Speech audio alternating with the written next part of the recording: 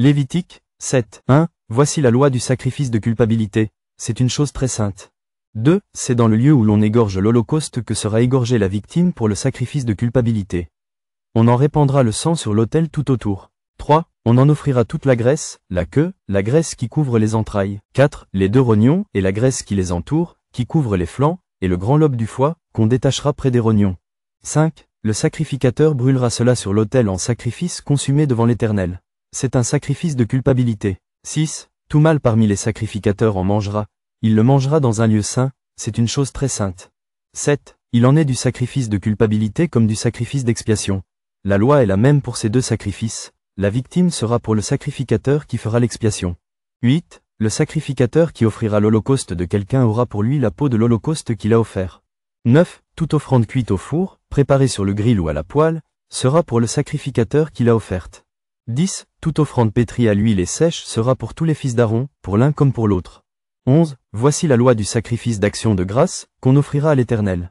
12. Si quelqu'un l'offre par reconnaissance, il offrira, avec le sacrifice d'action de grâce, des gâteaux sans levain pétris à l'huile, des galettes sans levain arrosées d'huile, et des gâteaux de fleurs de farine frites et pétris à l'huile. 13. À ces gâteaux il ajoutera du pain levé pour son offrande, avec son sacrifice de reconnaissance et d'action de grâce.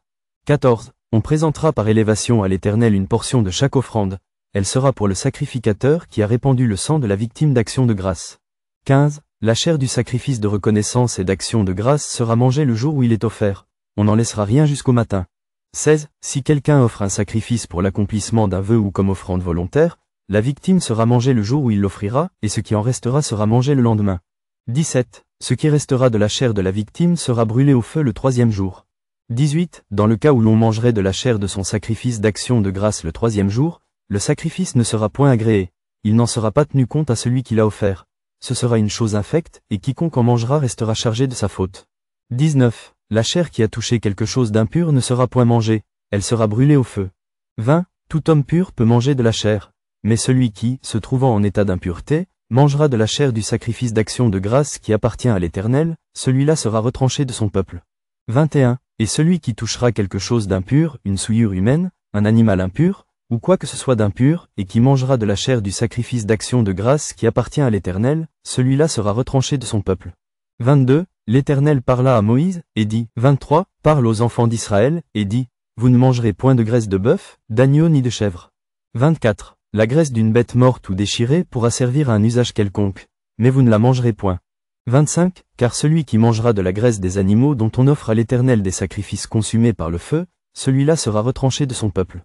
26. Vous ne mangerez point de sang, ni d'oiseaux, ni de bétail, dans tous les lieux où vous habiterez. 27. Celui qui mangera du sang d'une espèce quelconque, celui-là sera retranché de son peuple.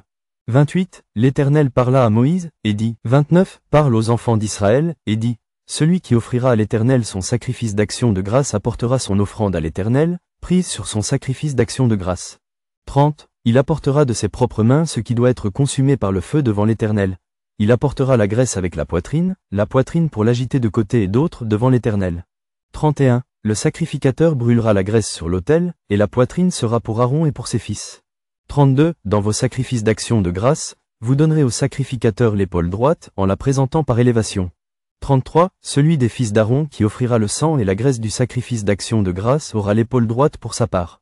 34. Car je prends sur les sacrifices d'action de grâce offerts par les enfants d'Israël la poitrine qu'on agitera de côté et d'autre et l'épaule qu'on présentera par élévation, et je les donne au sacrificateur Aaron et à ses fils, par une loi perpétuelle qu'observeront les enfants d'Israël.